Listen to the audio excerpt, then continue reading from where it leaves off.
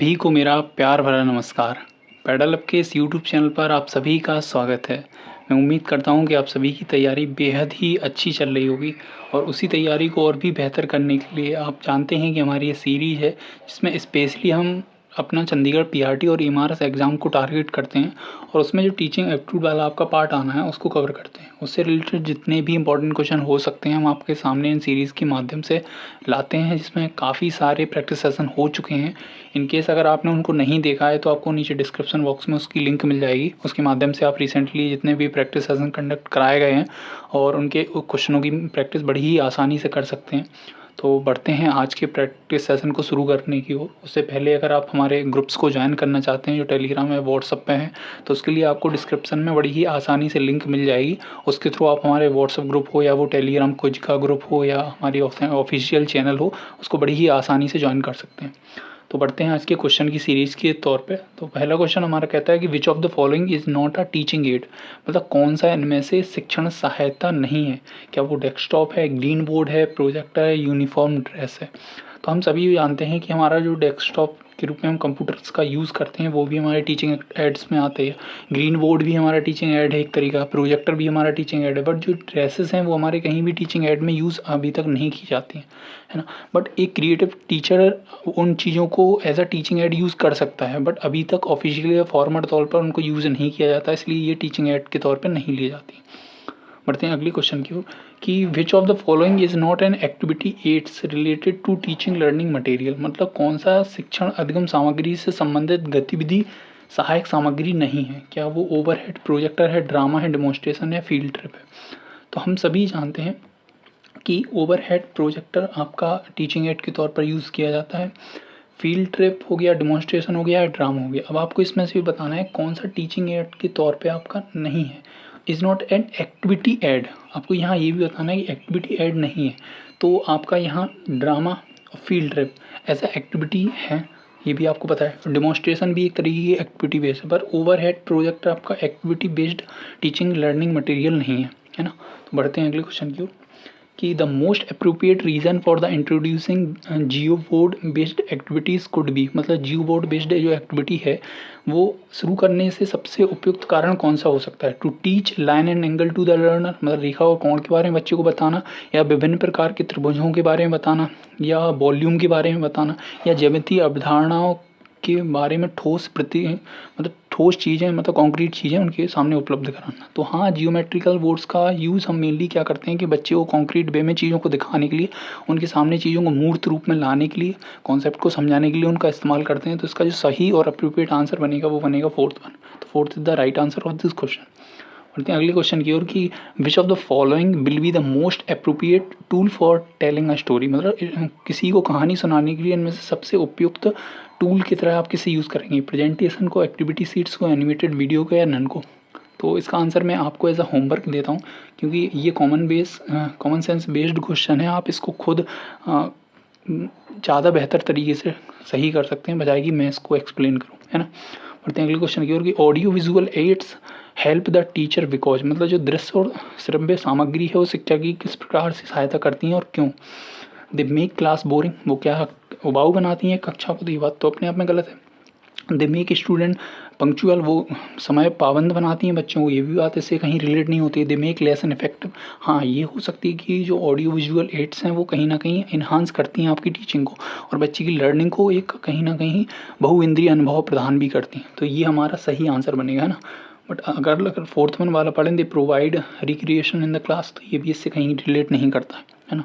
बढ़ते हैं अगले क्वेश्चन की ओर कि which of the following is an audio visual add, मतलब आपको बताना है कौन सा श्रव्य और दृश्य सहायता में शामिल है। क्या वो डॉक्यूमेंट्री फिल्म है, बुलेटिन बोर्ड है, एपीडियास्कोप है, फिनेल बोर्ड है। तो आपको ये बताना है कौन सा शामिल है किसमें, ऑडियो विजुअल में। तो आपको खुद पता है कि डॉक्यूमेंट्री फिल्म हम दिखाएंगे तो ऑडियो भी होगी, विजुअल भी होगी, तो यही हमारा हो गया। अब अगर हो सकता है कई लोगों को ये क्वेश्चन हो कि एपीडियास्कोप क्या होता है, तो ये एक तरीका का प्रोजेक्टर होता है, आप इसे गूगल के माध्यम से चेक कर सकते हैं। बट ये this is kind of projector, है ना। बढ़ते हैं अगले क्वेश्चन की ओर कि the aim of the education should be, मतलब शिक्षा का उद्देश्य क्या है, to develop vocational skill, to develop social awareness, to prepare student for the examination, to prepare students for the practical life. तो जो शिक्षा का उद्देश्य है वो ना तो एकदम से वोकेशनल स्किल को सिखाना, हाँ vocational skill is a part of education, but ये ऑब्जेक्टिव नहीं है किसी भी, या एम नहीं है एजुकेशन का। Social awareness is a part, also a part of the education, but not the aim of the education, है ना। और एग्जामिनेशन के लिए तो ये कट जाएगा, तो ये तीनों कट जाते हैं, बट जो मेनली मोटिव होता है हमारा एजुकेशन बच्चों को देने का, तो उनका क्योंकि उनका व्यवहारिक ज्ञान, व्यवहारिक जीवन के लिए उन्हें तैयार करना हमारा मेनली मोटिव होता है कि आगे व्यवहारिक जीवन में आने वाली जो भी चुनौतियाँ समस्याएं हैं उनसे बच्चा खुद से डील कर पाए, तो उसके लिए हमें उसे तैयार करना होता है ना। तो यही हमारा fourth one is the right answer of this question. बढ़ते हैं अगले क्वेश्चन की ओर कि article 45 of our constitution impose the responsibility of the education on. जो आर्टिकल 45 है अपने कॉन्स्टिट्यूशन में, जैसे 86वें संविधान संशोधन के तहत बदला गया था 2002 में, उसमें मतलब कौन सा रिस्पॉन्स, किसको रिस्पॉन्सिबिलिटी है, शिक्षा की जिम्मेदारी किसको दी गई है, स्टेट को, कम्युनिटी को, टीचर को या पेरेंट को। तो यहाँ जो संविधान के अनुच्छेद 45 के अंतर्गत जो जिम्मेदारी दी गई है वो दी गई है स्टेट को, मतलब राज्य को, ठीक है। अब मैंने बता ही दिया है कि 45 आर्टिकल में कब संशोधन हुआ था, ये 86 अमेंडमेंट है और 2002 के लगभग हुआ था, जिसमें आपका जो 6 से 14 वर्ष की फ्री एंड कंपलसरी एजुकेशन है इसको 21 ए में जोड़ दिया गया, है ना। ये बात भी ध्यान रखनी है। और बाद में अब अगर पूछा जाए कि 45 में क्या है, तो ये ECC से जुड़ा है ना, अर्ली चाइल्डहुड केयर एजुकेशन से रिलेटेड। बढ़ते हैं अगले क्वेश्चन की ओर कि according to dash India is a committed to eliminate gender discrimination in education. तो आपको ये बताना है कि इनमें से कौन सा, या वो आर्टिकल हो सकता है और कुछ हो सकता है, कमिटेड है जेंडर को डिस्क्रिमिनेशन को एलिमिनेट करने के लिए, जो शिक्षा में हम करते हैं मोनली जेंडर को, कहीं ना कहीं जेंडर स्टीरियोटाइपिंग आपको देखने को मिलती है, उसको कौन सा, किस चीज़ के अनुसार ये प्रतिबंधित किया गया है। तो इसका जो सही आंसर है वो है CE, एक मिनट सॉरी, इसका जो सही आंसर बैठेगा वो बनेगा CEDAW, है ना। अब आपको करना ये है, इसका फुल फॉर्म हमें कमेंट बॉक्स पे लिख के भेजना है, क्योंकि आप खुद से थोड़ा एक्टिव रहेंगे, चीज़ों को ढूंढेंगे, चीज़ें मिलना आसान है ना, ऐसा नहीं है बहुत चीज़ें मुश्किल हो। हाँ, अगर आपको आंसर नहीं आ रहा हो तो आप हमसे ज़रूर पूछिए, हम बताने के लिए हमेशा रेडी हैं, बट आप खुद से एक बार ट्राई करिए। बढ़ते हैं अगले क्वेश्चन की ओर कि which one of the following is not a feature of KGBY, है ना। अब यहाँ एक क्वेश्चन बनता है कि KGBY क्या है। तो आपने सुना होगा कस्तूरबा गांधी बालिका विद्यालय, है ना। तो KGBY उसी का नाम है, कस्तूरबा गांधी बालिका विद्यालय। तो उससे जुड़ा हुआ है, आपको ये बताना कौन सा फॉलोइंग फीचर नहीं है। तो equip drop outs for mainstreaming to normal school through bridge courses, मतलब ब्रिज कोर्सेज के माध्यम से जो ड्रॉप आउट बच्चे हैं उन्हें सामान्य मुख्य धारा में लाना। तो ये हाँ इसका एक फीचर है। प्रोवाइडिंग गर्ल्स फ्रेंडली इंफ्रास्ट्रक्चर, बिल्कुल ये बालिकाओं के लिए है, तो ये भी इसका सही बैठेगा। Non residential school with the capacity of 100 girls, तो ये बात यहाँ गलत हो जाती है, यही हमारा सही आंसर बनेगा। क्यों? क्योंकि ये नॉन रेजिडेंशियल नहीं है, क्योंकि आवासीय विद्यालय है ना, ये बात आपको ध्यान रखनी है। बढ़ते हैं अगले क्वेश्चन की ओर कि RTE डील्स विथ, आपने RTE के बारे में पढ़ा है, सुना है, RTE 2009, कई लोग इसका जिक्र भी करते हैं। ये 1 अप्रैल 2010 को लागू भी हुआ था। तो आपको ये बताना है RTE किससे डील करता है। Education to all from 6 to 20 year old, के 6 से 20 वर्ष के सभी बच्चों के लिए free and compulsory education to all 0 to 14 age group, या free and compulsory education to 6 to 14 age group, free and compulsory education to all girls child only, है ना। तो इसका सही आंसर है वो है आपका 6 to 14 एज ग्रुप। अब आपको ये करना है कि RTE का फुल फॉर्म लिख के हमें भेजना है। हो सकता है आपको ये बड़ा ही सिंपल लग रहा हो, बट आप फिर भी ये करिएगा, ठीक है, ताकि हम ये जान सकें कि एक्चुअल में आपको RTE का फुल फॉर्म कितनी बेहतरीन तरीके से पता है ना। बढ़ते हैं अगले क्वेश्चन की ओर कि dash is an organization education activity that takes place outside the formal education system. मतलब आपको ये बताना है कौन सी, किस शिक्षा को हम एक तरीके से संगठित शैक्षिक गतिविधि के रूप में जानते हैं, जो कहीं ना कहीं एजुकेशन सिस्टम के बाहर कंडक्ट कराई जाती है। क्या वो फॉर्मल एजुकेशन है, इनफॉर्मल है, या नॉन फॉर्मल, या ट्रेडिशनल। तो देखो यहाँ ट्रेडिशनल तो होगा नहीं, ठीक है, ये बात कट जाती है क्योंकि पारंपरिक शिक्षा की बात करता है। लेकिन और ये कह रहा है स्कूल से बाहर, मतलब औपचारिक शिक्षा से बाहर होती है, तो ये फॉर्मल भी नहीं होगी। अब कन्फ्यूजन होगी इनफॉर्मल और नॉन फॉर्मल में, तो इसका सही आंसर वो होगा नॉन फॉर्मल, है ना। इनफॉर्मल क्यों नहीं होगा? क्योंकि इनफॉर्मल में आपका संगठित शैक्षिक गतिविधियाँ होती नहीं हैं, ये बात आपको ध्यान रखनी है, यही इसका कहीं ना कहीं एलिमिनेशन का पॉइंट है।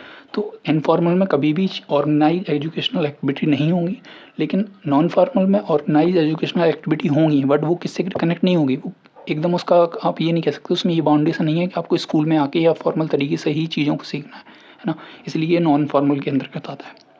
बढ़ते हैं अगले क्वेश्चन की ओर। Taxonomy of educational aim and objectives is given by. तो आपने काफ़ी आपको एक जुबान पे रखा है कि टैक्सोनॉमी किसने दी थी। तो टैक्सोनॉमी देने वाले थे BS ब्लूम। अब आपको ये बताना है कि ब्लूम ने जो टैक्सोनॉमी दी थी उसके कितने डोमेन थे। तो उसके 3 डोमेन थे। अब इन 3 डोमेन के क्या नाम थे वो आपको हमें लिख कर भेजना है ना। अगर आपका कमेंट आएगा तो इसका आंसर हम ज़रूर अपने कमेंट बॉक्स में पिन करेंगे, और अगर आपको नहीं भी पता तब भी आप हमें कमेंट बॉक्स में लिख कर ज़रूर भेजें कि इसका आंसर हम दें।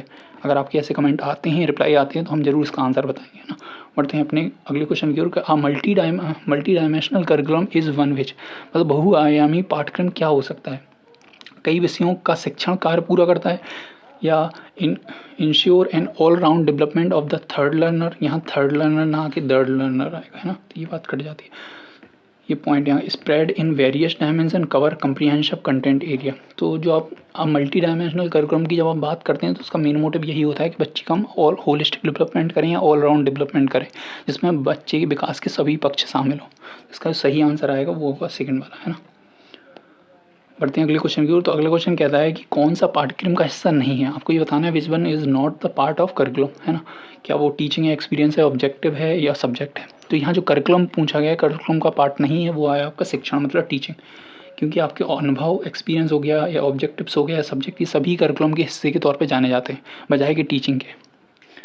तो ये थे आज के बेहतरीन क्वेश्चन। आई होप कि आपने एंजॉय किया होगा और आपको काफ़ी कुछ एक्स्ट्रा नॉलेज भी मिली होगी। और जिन क्वेश्चनों के आंसर हमने आपसे पूछे हैं, मैं उम्मीद करता हूँ कि आप सभी भी उन एक्टिव फॉर्म में आकर उनके आंसर हमें ज़रूर लिख के भेजेंगे, जिससे आपका तो एक कहीं ना कहीं वो रिवीजन हो ही रहा है, और जो और व्यूअर या और स्टूडेंट्स हमारे प्रैक्टिस सेशन को देखते हैं उनको भी सही क्वेश्चन की जानकारी होती है। और इससे क्या है, एक क्वेश्चन के थ्रू आप और 2-3 क्वेश्चन को और कवर अप करके चलते हैं। जैसे क्वेश्चनों के नंबर्स बढ़ जाते हैं, तो इसलिए मैं कहता हूँ कि क्वालिटी पे फोकस करिए, क्योंकि क्वालिटी के थ्रू आपको क्वांटिटी ऑटोमेटिकली अचीव हो जाएगी ना। तो मिलते हैं अपने अगले प्रैक्टिस सेशन के साथ। तब तक आप ये जो कुछ प्ले लिस्ट हैं वो आप देख सकते हैं। तो अगली वीडियो के साथ मिलते हैं, तब तक के लिए अपनी तैयारी को बेहतर करते रहिए और इस तरीके से ही पढ़ते रहिए। Bye bye, take care.